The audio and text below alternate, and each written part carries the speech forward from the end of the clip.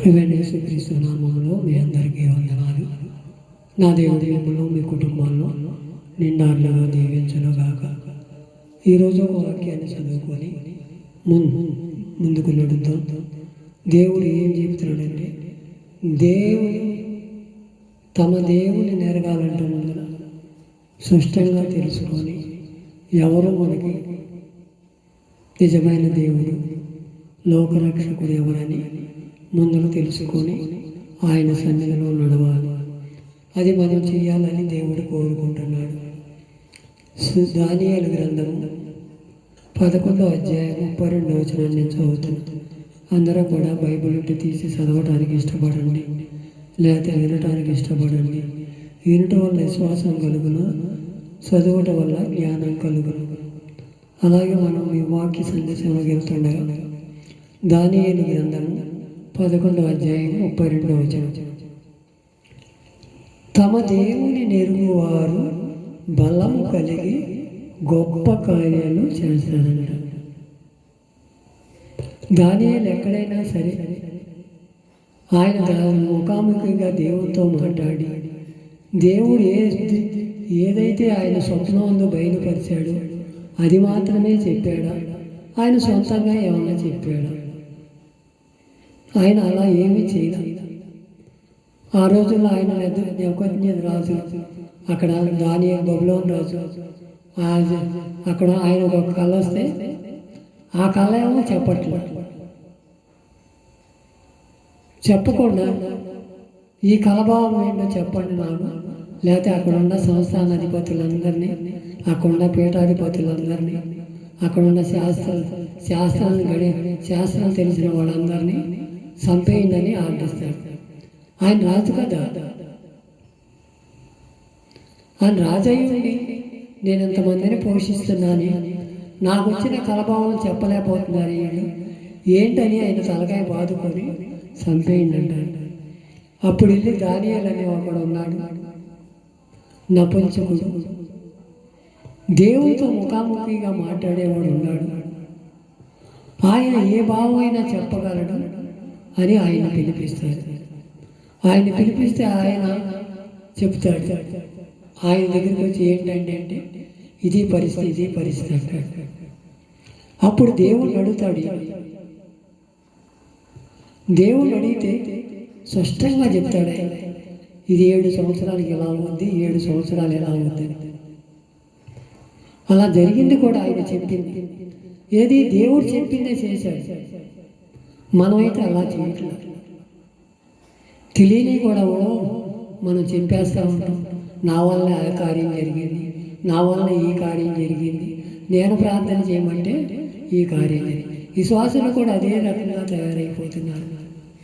మా అయ్యగారు వచ్చి ప్రార్థన చేస్తే గీత పాలిచ్చింది, మా అయ్యగారు వచ్చి ప్రార్థన చేస్తే జ్వరం తగ్గింది, మా అయ్యగారు వచ్చి ప్రార్థన చేస్తే నా అప్పులన్నీ పోయినాయి అంటున్నారే తప్ప దేవుడిని ఎక్కడా వాళ్ళు తలవటం.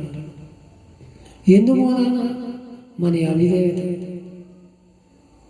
ఎక్కడికి మనుషుల్ని మెప్పిస్తున్నామే తప్ప దేవునిలోకి మనము తొంగి చూడట్లేదు. అందువలనే మన జీవితాలు ఇలా చిన్నాభిన్నమైపోవటానికి కారణం. మనం తమ దేవుని నెరగాలంట. దేవుని నెరిగితేనే గొప్ప కార్యాలు చేయగలరు. మనుషులు కొన్నాళ్ళే ఉంటారు మనతో. ఇక్కడ ఎన్నాలో మనం ఇక్కడ ఉన్నాం. ఎప్పుడోకప్పుడు ఆయన సన్నిధికి చేరాల్సిన వాడు. చేరినన్నాళ్ళైనా ఆయనను కలిగి గొప్ప కార్యాలు చేయాలి. అది నువ్వు చేస్తున్నావా, నేను చేస్తున్నాను? ఒక్కసారి మన హృదయాలు మనమే పరిశీలన చేసుకోవచ్చు. మొదటి రాజుల గ్రంథం 18వ అధ్యాయం 24వ వచనం. నేనైతే యెహోవా నామమును బట్టి ప్రార్థన చేయుదును. ఇక్కడ ఏమన్నాడు? నేనైతే ఎవరో దావీదు గారు. నేనైతేనే యెహోవా నామమును బట్టి ప్రార్థన చేస్తానంటున్నాడు. మనం ఏ నామమును బట్టి ప్రార్థన చేస్తున్నాము? మనం ఒక్కోసారి ఏం ప్రార్థన చేస్తున్నాము తెలియని స్థితిలో ఉండిపోతున్నాం. అయ్యా నా పిల్లోడికి పెళ్ళి అవ్వాలి, నా పిల్లకి పెళ్ళి అవ్వాలి, నాకున్న జబ్బు తగ్గిపోవాలి, నాకున్న రోగాలు తగ్గిపోవాలి నాకున్న ప్రతి సమస్య తీరిపోవాలని అడుగుతాం. తప్పేమీ కాదు. మనకి చేయాల్సింది ఆయన చేస్తాడు. ఆయనలో మనం నడిస్తే ఆయన ఏమంటున్నాడు? తమ దేవుని ఎరిగిన వారు గొప్ప కార్యాలు చేస్తారన్నాడు. నువ్వు వీటి గురించి చింతిస్తావు. ఆ రోజు పౌలు గారు కూడా అదే అన్నాడు, అయ్యా ఈ రోగాన్ని నాలో నుంచి తీసేయ్యా అని ప్రార్థన చేస్తున్నాడు. అప్పుడు ఏమన్నాడు ఆయన? నా కృప నీకు చాలు అన్నాడే తప్ప నేను నీ రోగం తీసేస్తాను, నీ అప్పులు తీసేస్తాను, నీ కలిగిన సమస్యను తీసేస్తాను అన్నాడు. అనలేదు. నా కృప నా కృప నా కృప నా కృప. మనం ఆ కృపలోంచి జారిపోతామేమోనని ఇలాంటివి పెడతా ఉంటాడు. రోగాలు పెడతా ఉంటాడు, అప్పులు పెడతా ఉంటాడు, కొన్ని జరుగుతూనే ఉంటాయి. ఆయన కృపలో దాచబడాలి మనం.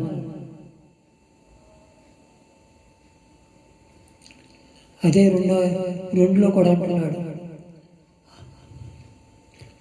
కీర్తనల గ్రంథము 5వ అధ్యాయం 7వ వచనంలో అంటున్నాడు, నేనైతే నీ కృపాతిశయమును బట్టి నీ మందిరములో ప్రవేశించదును, నీ ఎడల భయభక్తులు కలిగి నీ పరిశుద్ధాలయములో దిక్కు చూసి నమస్కారం చేసేదను అంటున్నాడు. ఆయన కృపాశయం కావాలంట. ఆయన కృపలోనే మనం జీవించలేము. దావీదు కూడా నీ కృప నాకు సాధయ్యా, నీ కృపలో నన్ను దాసయ్యా, నా కుటుంబాన్ని దాసయ్యా, నా కలిగిన సమస్తాన్ని దాసయ్యా. ఆయన ఎక్కడికి వెళ్ళినా అదే ప్రార్థన. దేవుడు ఎప్పుడు గోజాడుతూనే ఉన్నాడు తప్ప ఎంత పాపం చేసినా ఎంత ఇది చేసినా దేవుని మరిచిపోలే. కొద్ది కలిగింది కదా అని కలిగినలాంటి చేయలే. సౌలు అలాగే చేశాడు. ఇశ్రాయేలు మొదటి రాజుగా చేస్తే కళ్ళు నెత్తికొచ్చిన పనులు చేసి ఆఖరికి దేవుని మరిచిపోయి సోది చెప్పే వాళ్ళ దగ్గరికి వెళ్ళాడు. మనం ఆ స్థితిలో ఉంటున్నామేమో. తమ దేవుని నెరుగువారు గొప్ప కార్యాలు చేస్తారంటున్నాడే. మనం ఇప్పటి వరకు ఎరగలేదేమో, ఆయన సన్నిధిలో నిలబడలేదేమో, ఆయన మార్గంలో మనం నడవలేదేమో. అందుకే ఇలాంటి మాటలు, హెచ్చరిక మాటలతో మనల్ని నడిపిస్తున్నాడు. ఒక్కసారి నీ హృదయాన్ని నువ్వే పరిశీలన చేసుకుంటావు. నేనైతే అని రాజులే చెబుతున్నారే. మనం ఎంత ఆవిరి, సముద్రంలో ఆవిరి పుట్టి వాడేవారు. ఎప్పుడు ఉంటామో ఎప్పుడు రాలిపోతామో తెలియని స్థితిలో వాడు. అయినా సరే ఆయన కృప మన మీద ఉండమంటే మనమేం అందగాడమనో కాదు, ఐశ్వర్యవంతులమనో కాదు, అంత బలవంతులమనో కాదు కదా. ఆయన ఉచితమైన కృపను బట్టి ఇలా సజీవులుగా ఉన్నామంటే ఆయన ఉచితమైన కృపే. ఆ కృపలో దాచబడతాం. ఆయనపై కృపాతిశయం బట్టి నీ మందిరంలోకి నేను ప్రవేశించేదని అంటున్నాడు. అవును, ఆయన మందిరంలోని కృప ఉంటుంది, సమృద్ధి ఉంటుంది, వాక్యం అనే సమృద్ధి ఉంటుంది. ఆ వాక్యం అనే నీటిలో ఉదక స్నానం చేయాలి మనం.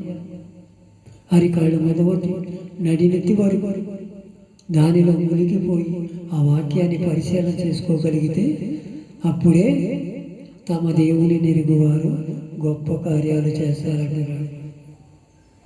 కీర్తన గ్రంథము 13వ అధ్యాయం 5వ వచనం, నేనైతే నీ కృపయందు నమ్మిక ఉంచుచున్నాను, నీ రక్షణ విషయమే నా హృదయం హర్షించుచున్నాను. ఆయన రక్షణ కావాలి, ఆయన కృప కావాలి. ఆయన ఉచితమైన రక్షణ పొందుకొని ఆయన కృపలో భద్రపరచబడిపోతే అప్పుడు అంటాడు, నేనైతే నీ మందిరంలో పచ్చని గోలివాళ్ళ మొక్కవలె ఉంటానంట. తమ దేవుని నెరుగు వారు గొప్ప కార్యాలు చేశారు. అలాంటి స్థితి నీకు నాకుందా? ఒక్కసారి నా హృదయాన్ని పరిశీలన చేసుకో. ఈ రాత్రికాల సమయంలో అయ్యా నేనైతే తమ దేవుని నెరుగు వారు గొప్ప కార్యాలు చేస్తారని. ఇప్పుడు వరకు ఆ పట్ల మేము చేయలేకపోయాము. ఇప్పుడు వరకు మేము అసమర్థత, మా అవిధేయతని బట్టి మేము నిన్ను నేను చేర్చుకోలేకపోయామయ్యా. ఇప్పుడు వరకైనా దయతో క్షమించయ్యా. నీ కృపాతిశయం మాకు కావాలయ్యా, నీ కృప మాకు కావాలయ్యా. నీ మహిమ శరీరమును శుద్ధి చేయనైనా, నీ పరిశుద్ధాలయంలో మేము ప్రవేశించే కృపను మాకు దయచేయి. నేను నా ఇంటి వారు యెహోవాను సేవించదని, అలాగే నా కుటుంబం అంతా నీ సన్నిధిలో కనపడాలయ్యా. అలాంటి స్థితిలో నన్ను నడిపించయ్యా అని దీనంగా మనం ప్రార్థన చేస్తే, విరిగి నలిగిన హృదయంతో మనం ప్రార్థన చేస్తే ఆయన మన ప్రార్థన ఆలకించి అంగీకరించబడునుగాక. ఇట్టి మాటలు దేవుడి వెనుకడలో దీవించి ఆశీర్వదించునుగాక. ఆమేన్.